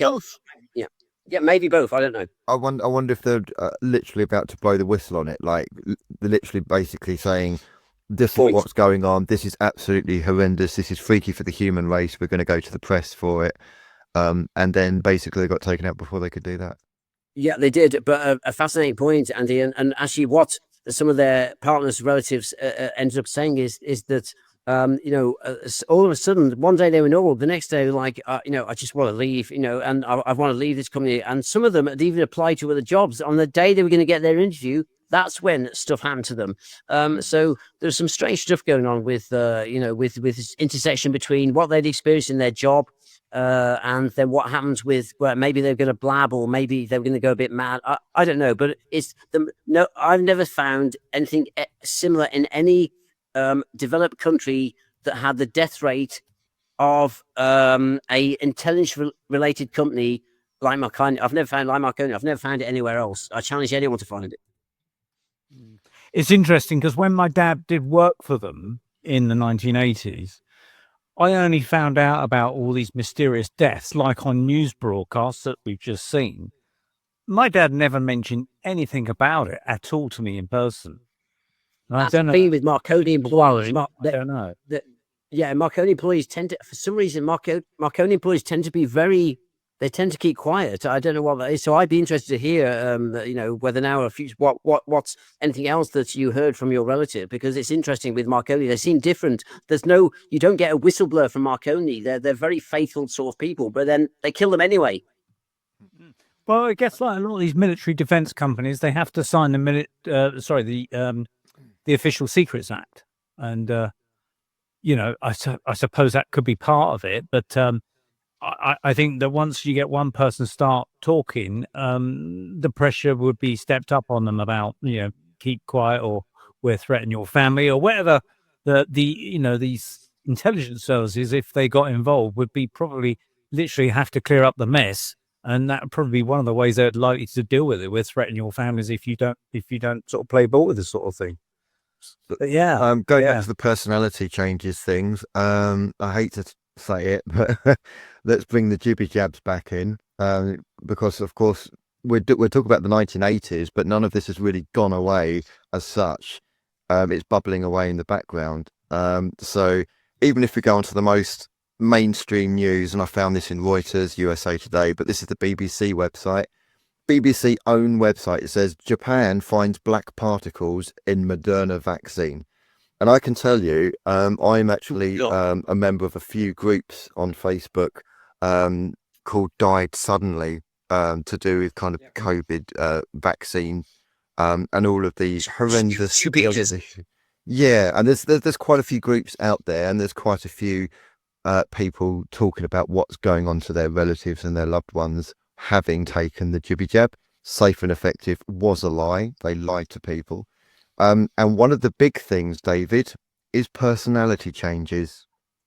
Personality changes of relatives who've taken 1, 2, 3 doses of this stuff that just so happens to have allegedly black particles in the jib jabs that may well be graphene oxide, or is it mixed with something else of a gooey nature?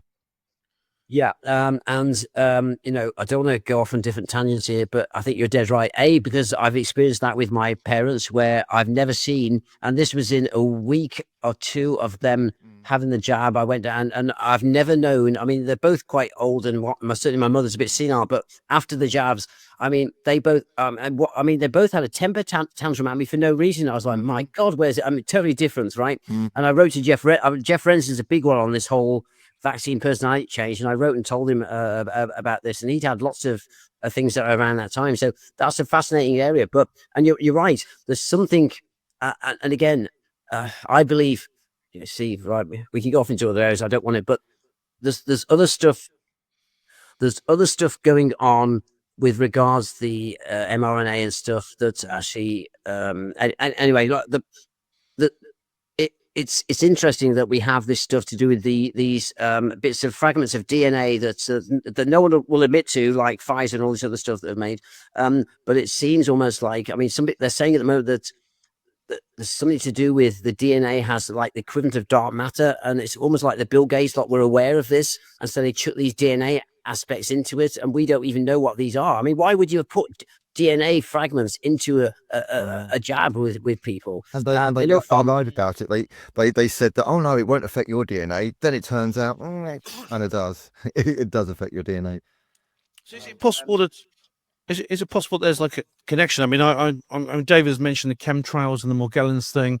Is this all a part of it? Is this nanotechnology, whether it's ET or whether it's created by the government, or both, actually in modern V words, jibbly jabs, and indeed in this sentient oil? Yeah, Okay, so and here's and I'm a big one for personal experience on this area. For what what happens to us, and how if something directly happens to us, do we believe it more than if it happens on the news? Well, of course we do to an extent, but we still have our own realities. Here's a very interesting thing that so from dealing with my own area of and my partner's area of contact, we'd had things, we'd had gadgets hacked and a lot of stuff happened. But get this. And I've not discussed this online before or within this whole area of contact or the Marconi stuff. Get this. So remember, we're dealing with Alec Newald and Duncan Rose from Nexus Magazine, and these are stable, upright people. Really, I mean, Alec's a really boring, normal. You won't mind me saying this if he watches this. You won't mind me saying he's a normal guy. He sails model boats around, and he likes rally cars. But now he's getting a bit too old for all this. But this guy's undergone some of the most amazing alien encounters that's going. But and the same with Duncan Rose, has run Nexus Magazine. Gone on for 2 decades running this. So I'm trying to think how to phrase this, but I get myself into trouble.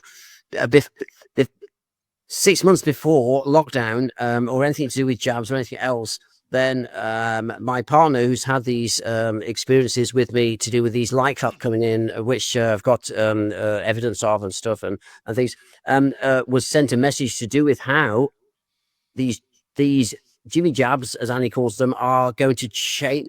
Be very careful, because what they're going to change the DNA of the human race, and we're going to have another species that's going to be formed, but not right now, at a later date. And she has this screen that comes down. It's not a dream. This is like when she's relaxed, a screen that comes down, and this is an ongoing thing that happens. But what happened? She told me all this. I was astonished. This was just before lockdown. I was like, oh my God. I thought, fuck, they're coming to inject us all at the door. This is why, and I'm not a parent. I've been through lots of shit in my life. I don't think along these lines. I'm not scared of all these power. But I literally thought, when she told me this, that my God, it's going to change DNA. I thought Bill Gates is massive in England. We're going to come, because they were setting, as you know, they were setting up in Asda. They were doing car parks, and I saw all this, and I was like, my God, they're really going to try and corrupt our DNA and take us out. And they're going to come and knock on our door. And I was thinking, how are we going to escape in the car? I'm going to run the fuckers over as I try and escape. Honestly, all this was going through. I bought all survival stoves and all this stuff based on not on the stuff I saw on telly about COVID. I think based on, because it's my partner who's experienced this ET stuff is one of the most honest and intuitive. And there's a record of her getting this right. Okay, so she gets this message about beware. What's happening is your DNA is going to be changed, and you've got to be aware about. There's going to be a certain amount of human people are going to go underground that don't have the jibby jab. Other people are going to say above ground will die, and other people that won't die. So it's a long story that I'll go into some other time. But what's interesting then is I then typed this. I was in such a panic over this. I typed out to my friends. To do with this whole area of Falklands, this whole Black Goose. So I said to my 2 friends in the Southern Hemisphere, to Alec Newald and to Duncan, I sent an email, 1 paragraph long. I went, it sounds like, look, I said, here's what's going to happen. Sounds like our DNA is going to be changed, and the powers that be sort of half know about this and half don't. I pressed send on that. Within 12 hours, all hell broke loose. Oh my God, all my phones went, my laptops started overdriving, getting hot, all the stuff that's happened before, but this was like something new. It was astonishing. So what did that tell me? That said that they sort of know, and they were dead interested in this stuff. That was simply an email. All sorts of stuff happened. So this again links into all this nano substance. What's going on with the Falklands? What was this stuff? Why are these ETs so determined to shut this down? Why were the British so keen to get hold of it? What happened when they got hold of it? And also, Ben mentioned boots. This is another look. I was here plain speaking here. Ben mentioned boots, and that's another Miles Johnson's witness that I think's an idiot. I don't believe any of that happened. He came out about a week after me and said, "Oh, yeah, my mate worked for Boots, and they threw it down the drain of Boots." I mean, ludicrous, right? Because I was from not Boots are based in Nottingham. That's where I was living. I think he got that sort of idea. So I don't know. But the point is, something happened with this stuff. And I do believe, as Andy said, that this black goo is linked somehow to what Bill Gates put in this stuff. But it hasn't worked. And that's another story. Why hasn't it worked? There's something happened. And that's another story. That's another tangent. I mean, we could bring in, if we're talking about kind of bringing it up to speed in a modern era, we're talking about Keir Starmer's digital IDs.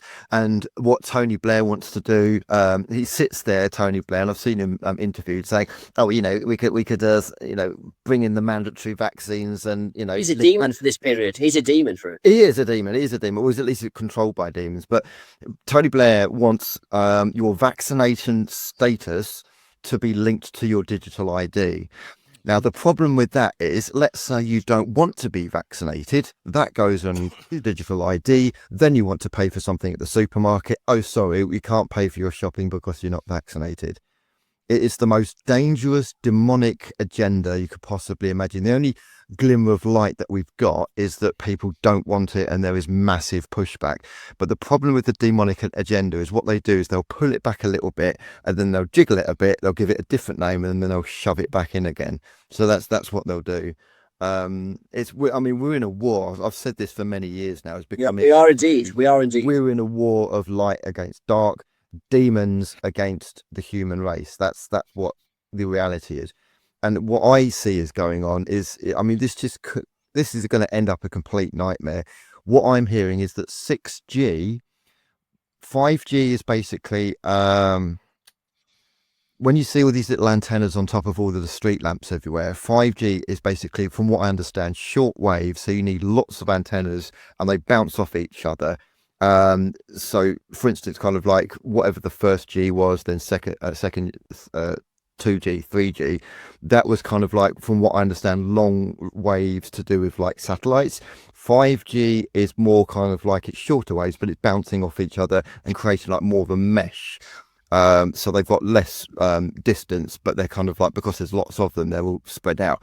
6G, from what I understand, this is where it gets proper demonic. 6G is you using humans as the antenna. Body network, integrating humans with the G network.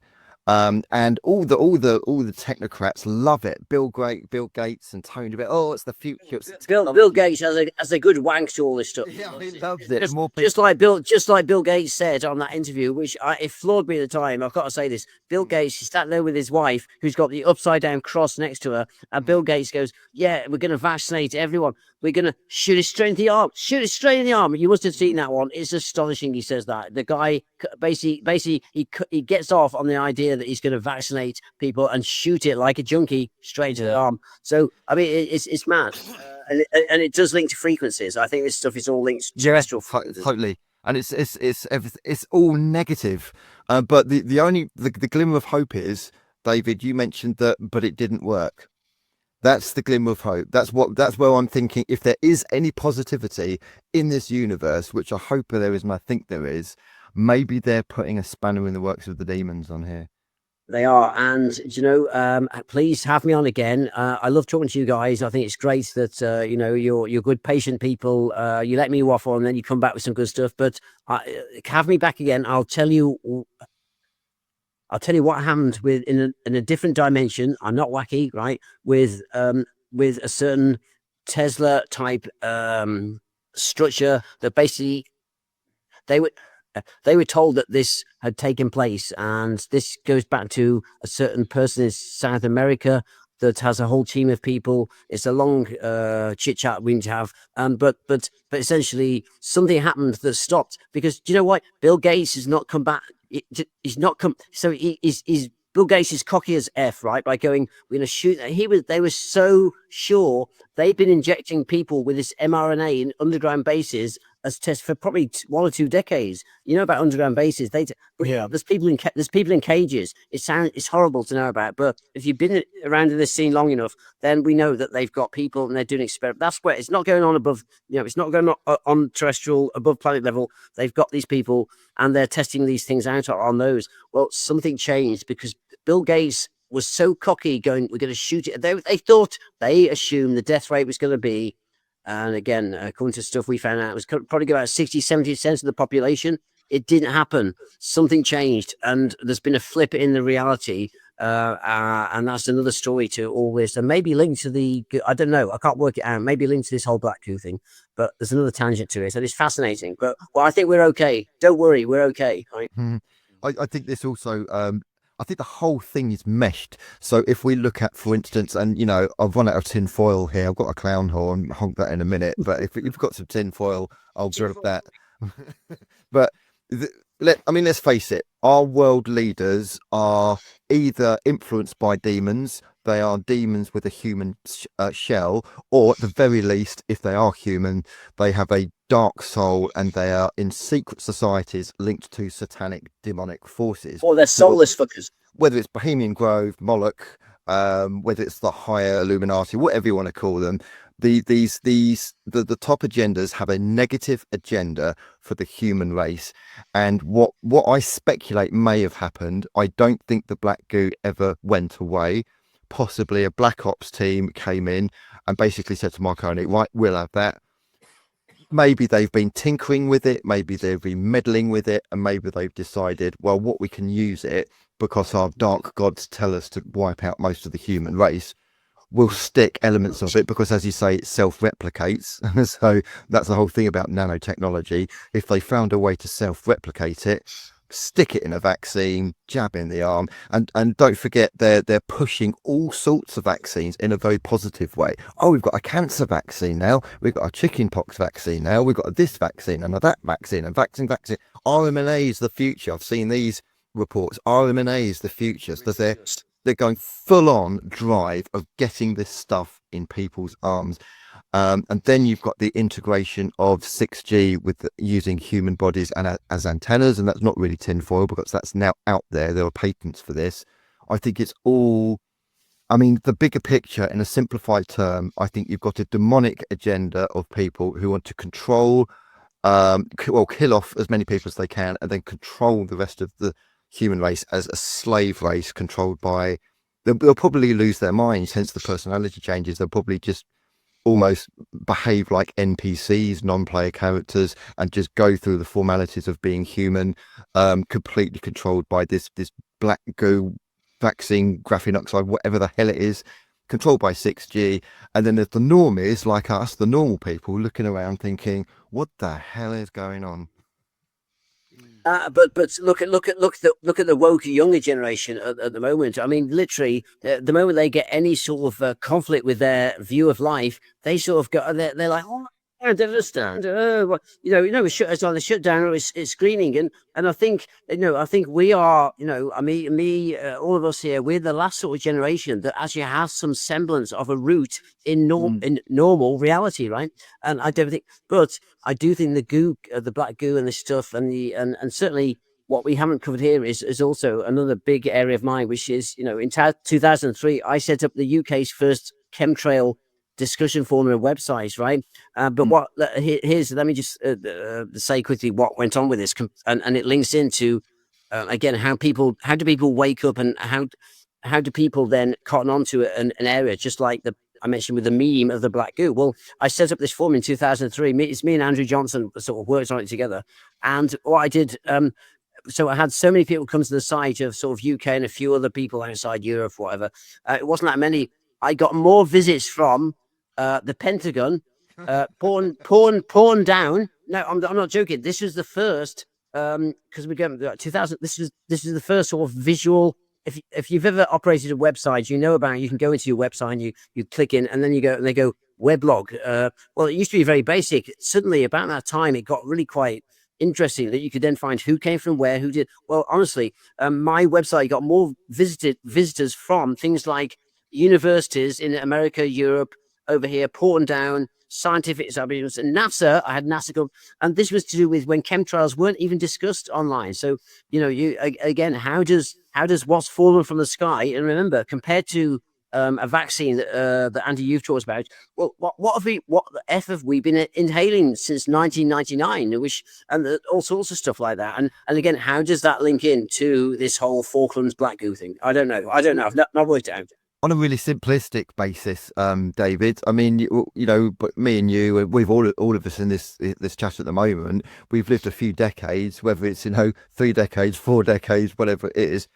Have you ever known anybody so unhealthy and ill everywhere you look? Like friends and family, everyone's got health issues, everyone's got failing health, everyone's got either disease or conditions, or they're just where's the healthy people? It didn't used to be like this. We didn't used to have unhealthy, sick people all the time surrounding us. Even in casual conversations, friends will say, oh, I've got a cold, I'm feeling run down, I'm tired, I've got no energy. That's about it. That was it then. Yeah. Where that we didn't have that decades ago. Yeah. Not to that extent. Right, I think we better draw this chat to a close, because I think we're all waning here a bit. Been good out, I think. But thank you very much for David for joining us, and we certainly would like to invite you back for a part 2 to follow up on what happened to the Black Goo, maybe what happened to Marconi, was it contained, and where did it end up, and what's happened to the aliens that were trying to rescue us from this Black Goo. Anything like that is of interest to me personally. But Ben, did you just want to say a few final words before we depart? Just basically want to say thanks very much. It's been really, really great to be in this call. I look forward to the next time that we're together, and we can maybe go into more detail, because as David said, there's a lot more to discuss here than what we've been through before. I probably disagree with David on a few things. Maybe surely not. But I really respect what he's doing, and he's really, really cool. I must apologise to him actually for. I must apologise to him if I got very drowsy during the Watford event at the UFO Academy, Awake and Aware. It's because I always do at conferences, especially when I don't sleep well the night before. So it wasn't. You were sat next to you were sat next to me, Ben, in the audience, were you not? Yeah, so just because I wasn't sleeping very well. What I'm going to do next time, I'll make sure I stay at a proper place where I can have like a. Yeah, you're going to have a line of Charlie, a nice snort of Charlie. Yeah, or something. Only joking. I'll take whatever they gave Joe Biden when he gave his speech. But thanks very much, David. It's been good to talk to you. It really has. I must admit, I've sat next to Ben at conferences and noticed Ben nodding off. So, we have to have a Ben Brodder or something to keep him away. We love Ben. Ben's just a great person that's been around for 20 odd years in the conspiracy scene, and we love Ben. He's just someone that always turns up, and it makes you feel at home when Ben turns up to an event. It's great. In Ben's defence, these for people who aren't aware, the UFO Academy in Watford. They usually have about 4 talks, and each talk is 2 hours long straight. Sometimes they go over, so that's 8 hours of pure talking and demonstrations and 4 talks. Fascinating though they may be, it is kind of quite exhausting and draining, not just physically, but also kind of like the amount of information that your brain has to take in for 8 hours. It's a great event. I love it, but it's a great. I really love it. I will do everything I can to go to the next one. But it's quite dangerous. It is, yeah. Especially if you're Simon Parkes and you get an extra 3 hours for everyone to waffle on about shit to do with that he thinks he's affected Trump, he's done this and that, and it's such bullshit. I mean, if you want to fall asleep, then fall asleep to Simon Parkes. Right, never mind.